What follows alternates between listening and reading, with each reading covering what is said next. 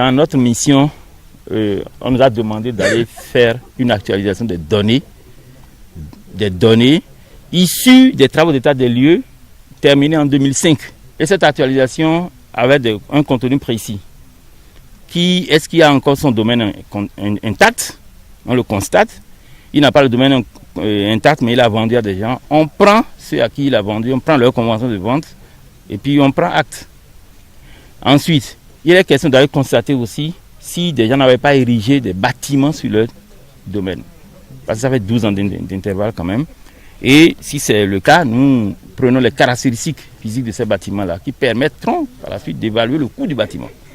Troisième chose, il est question d'aller voir s'il n'y a pas de plantation pérenne. J'avais la chance d'avoir des hommes politiques qui ont une vision vraiment très lucide du développement du Bénin. Ça passe par un aéroport, entre autres. Il y aura aussi des infrastructures à faire. Mais sans aéroport, on ne pourra pas développer le Bénin. Donc c'est un très gros chantier qui nous tient à cœur aussi, puisqu'on y croit, on est là, donc c'est qu'on y croit.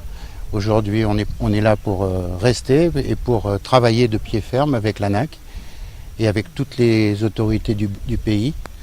On va finaliser avec les entreprises rapidement et on va attaquer les travaux, j'espère, dès que les expropriations seront terminées dans le calme et la sérénité. Notre association Assigotap accompagne le gouvernement dans la réalisation de ce projet et nous remercions et félicitons beaucoup notre président de la République, Patrice Talon, parce que ça a trop perduré depuis 1974.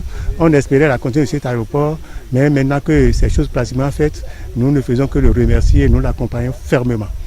Les solutions sont à partir du moment où le processus de relogement est en cours et bientôt ce serait le dédommagement. On ne demande pas mieux. Les acquéreurs ne sauraient s'opposer au relogement parce qu'il y a deux formules. Soit vous acceptez être relogé, ou vous acceptez être dédommagé pour aller vous installer là où vous voulez. Donc aucun problème ne s'oppose. On ne peut pas leur imposer le relogement.